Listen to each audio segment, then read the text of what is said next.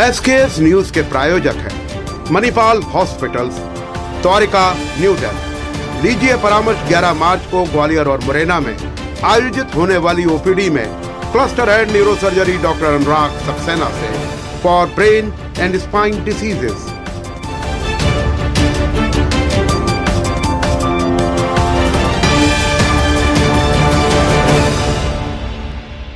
नमस्कार, SKS news में मैं तरुण सक्सेना आपका हार्दिक स्वागत करता हूं। आइए डालते हैं नजर हेडलाइंस पर।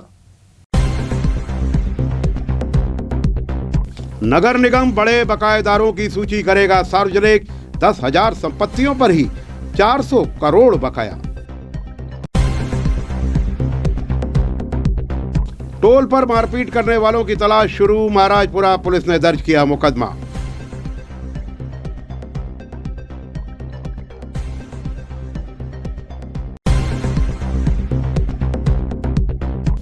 पूर्व केंद्रीय मंत्री माधवराव सिंधिया को किया गया याद।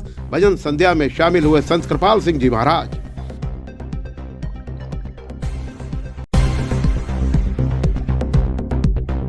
हरिशंकरपुरम में आग से 3 लोग झुलसे। शॉर्ट सर्किट से लगी थी मकान में आग।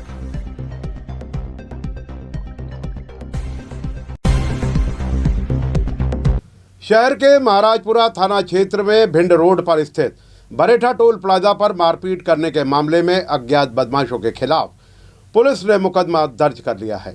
सीसीटीवी फुटेज के आधार पर आरोपियों की तलाश की जा रही है। दरअसल रविवार दोपहर को भिंड से ग्वालियर आ रहे स्कॉर्पियो सवार लोगों ने अपने वाहन को बिना टोल दिए रॉन्ग साइड से निकलने की कोशिश की थी। इस पर टोल कर्मियों से उनका विवाद हो गया था। स्कॉर्पियो सवार लोगों ने टोल कर्मियों को कैबिन से निकाल कर पीटा था। ये घटना वहां लगे सीसीटीवी कैमरे में कैद हो गई थी। पुलिस ने अब आरोपियों के खिलाफ मुकदमा दर्ज कर उनकी तलाश शुरू कर दी है। थाना महाराजपुरा क्षेत्र में बरेठा टोल प्लाजा पर परसों एक झगड़ा हुआ था। वो जो लाइन बंद थी उस लाइन से गाड़ी निकालने पर चालक और टोल के कर्मचारी के बीच में झगड़ा हुआ था। मुँह बात के बाद मारपीट हुई थी। पुलिस द्वारा एनसीआर कराई गई है, मेडिकल कराया गया। आगे जो वैधानिक कार्रवाई होगी वो करेंगे। शहर के झांसी रोड थाना क्षेत्र के हरिशंकरपुरम में स्थित एक मकान में गत रोज अचानक आग लग गई। ये आग बिजली के मीटर में शॉर्ट सर्किट होने के बाद लगी थी, जिसके धमाके के साथ पूरे घर को अपनी चपेट में ले लिया। इस आगजनी में 3 लोग झुलस गए।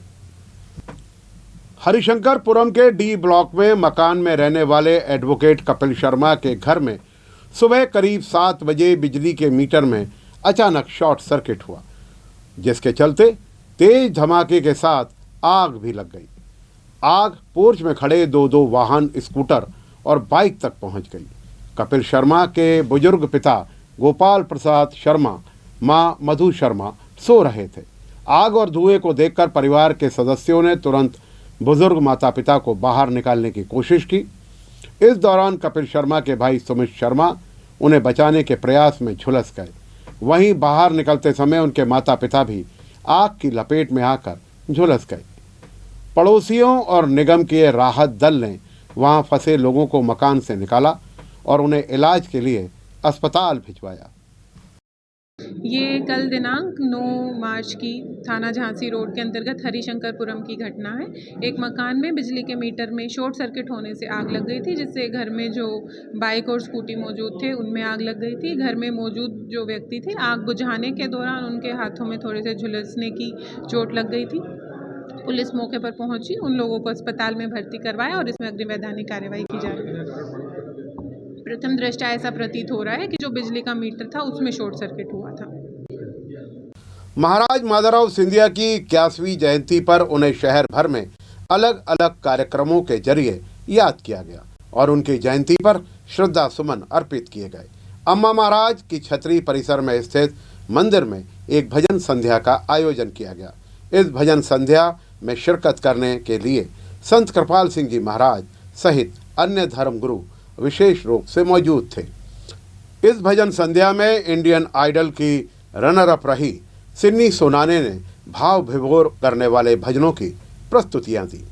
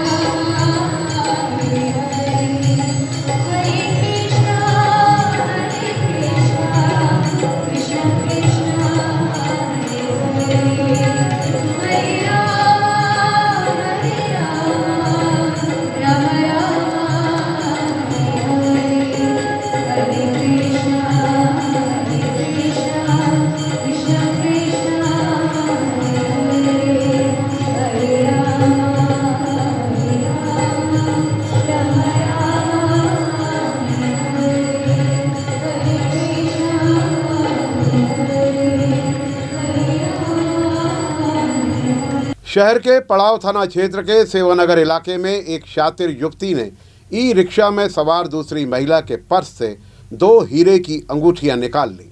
इसके बाद महिला फुर्ती से गायब हो गई। महिला सवार के पर्स से हीरे की अंगूठियां उड़ाने वाली युवती ने बीमारी का बहाना किया था। दरअसल तुलसी विहार कॉलोनी में रहने वाली छाया यादव के परिवार में 2 दिन पहले सगाई समारोह हुआ था। सगाई में छाया को हीरे की 2 अंगूठियां मिली थी, जो उन्होंने उंगलियों में ढीली होने के बाद उन्हें सही माप का कराने के लिए अपने परिवार की 2 अन्य महिलाओं के साथ सुनार के पास जा रही थी। सेवानगर स्टैंड से ई रिक्शा में बैठी। इसी दौरान एक अन्य युवती सफ़ेद सूट पहने वहां आई। वो भी ई रिक्शा में सवार हो गई। कुछ देर बाद यह युवती ने छाया से बातचीत कर नज़दीकी बढ़ाने की कोशिश की और फिर चक्कर आने की बात कही। उसने अपना सिर छाया की गोद में रख दिया। उसकी गोद में रखा पर्स, जिसमें से युवती ने अंगूठियां निकाल ली। पेट्रोल पंप के पास उतरकर युवती फुर्ती से तेजी से कदमों से चलती हुई गायब हो गई। कुछ देर पहले बीमार युवती को अचानक तेज कदमों से चलते हुए देखकर सवार महिला को कुछ शक हुआ। उसने जब अपना पर्स देखा तो उसमें छोटा वाला पर्स गायब था। इसके बाद छाया यादव अपने परिवार के साथ दोनों महिलाओं के साथ पड़ाव थाने पहुंची और संदिग्ध महिला की शिकायत दर्ज कराई। आरोपी महिला के फुटेज पुलिस को मिले हैं। इसके आधार पर पुलिस उसकी तलाश कर रही है। ये घटना हुई है एक महिला के साथ में। टमटम से जा रही थी, पड़ाव थाना क्षेत्र पर टमटम से बैठी थी और तभी कोई इनके पास में महिला बैठी और उसने इनके बैग से इनकी कोई सोने की अंगूठी चुरा ली थी। इसमें अपराध पंजीबद्ध किया है। हम लगातार सीसीटीवी फुटेज से जो महिला जिसने ये घटना की है उसकी तस्दीक कर रहे हैं और कुछ हमने महिला इसमें आइडेंटिफाई भी करी है। शीघ्र ही इसमें आरोपी गिरफ्तारी कर जो गया हुआ माल है उसकी बरामदी करेंगे। श्री जीर्ण माता मंदिर दौलतगंज से पैदल ध्वजा निशान यात्रा शहर भ्रमण के बाद मुरैना के लिए रवाना हो गई है। ये पैदल यात्रा बुधवार को मुरैना पहुंची। इसके बाद यह यात्रा धौलपुर, भरतपुर, मोड़, मेहंदीपुर बालाजी, दौसा, जयपुर और चोमू होते हुए गौरैया मोड़ पर समाप्त होगी। इस यात्रा में बड़ी संख्या में जीर्ण माता के अनुयायी रवाना हुए हैं। यह यात्रा बुधवार को मुरैना पहुंची, जबकि मंगलवार को यह यात्रा ग्वालियर के विभिन्न स्थानों पर भ्रमण करती हुई मुरैना के लिए रवाना हुई। सोमवार की रात ठीक शादी समारोह के दौरान दुल्हन के शादी से इनकार करने के मामले में कंपू पुलिस ने फिलहाल दोनों ही पक्षों को समझाइश देने के बाद रवाना कर दिया है। दुल्हन की शिकायत पर फिलहाल आरोपी दूल्हे के खिलाफ कोई मुकदमा दर्ज नहीं किया गया है। इस बीच बुधवार को प्रेमिका द्वारा भेजे गए फोटो सोशल मीडिया पर वायरल हुए, जिसमें गिरिराज किसी अन्य महिला के साथ नजर आया है। राजस्थान की रहने वाली यह महिला शादीशुदा है, लेकिन वहां पिछले 1.5 साल से गिरिराज के संपर्क में है और उसके साथ अपनी शादी होने का दावा कर रही है।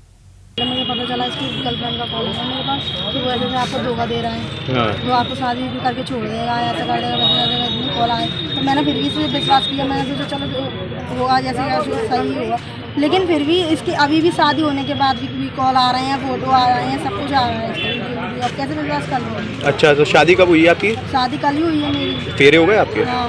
और अभी क्या फ़ोन आ रहे हैं, क्या कह रही है वो? अभी भी बोल रही है वो मैं जहर खा लूँगी, मर जाऊँगी, ये हो जाएगा, तुम घर पर बैठे आओ। मेरे भैया से बोल रही है कि तुम घर पर बैठे आओ, छोड़ देगा वो, तो मैं ऐसा कर देगा वैसा कर देगा।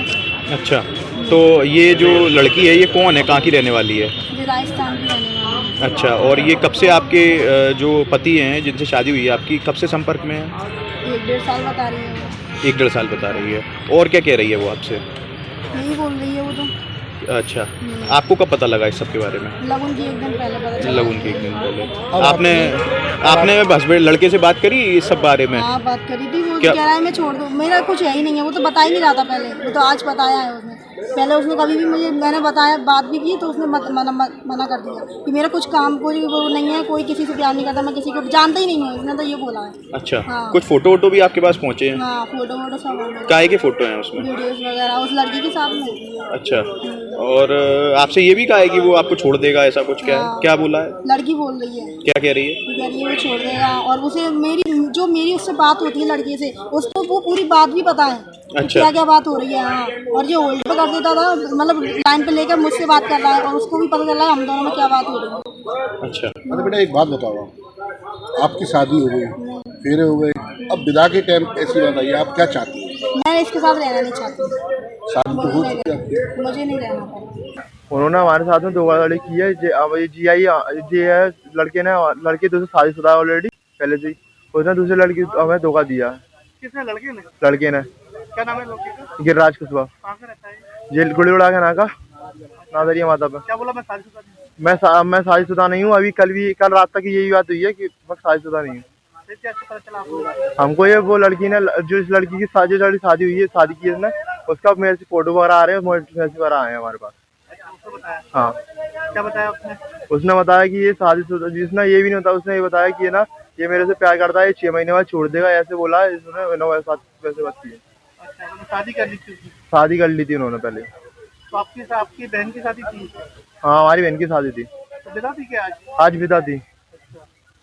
तो आप क्या चाहते हो आप लोग? हम जितना हमारा पैसा खर्च हुआ उतना चाहते हम, और इस प्रकार कार्रवाई की है।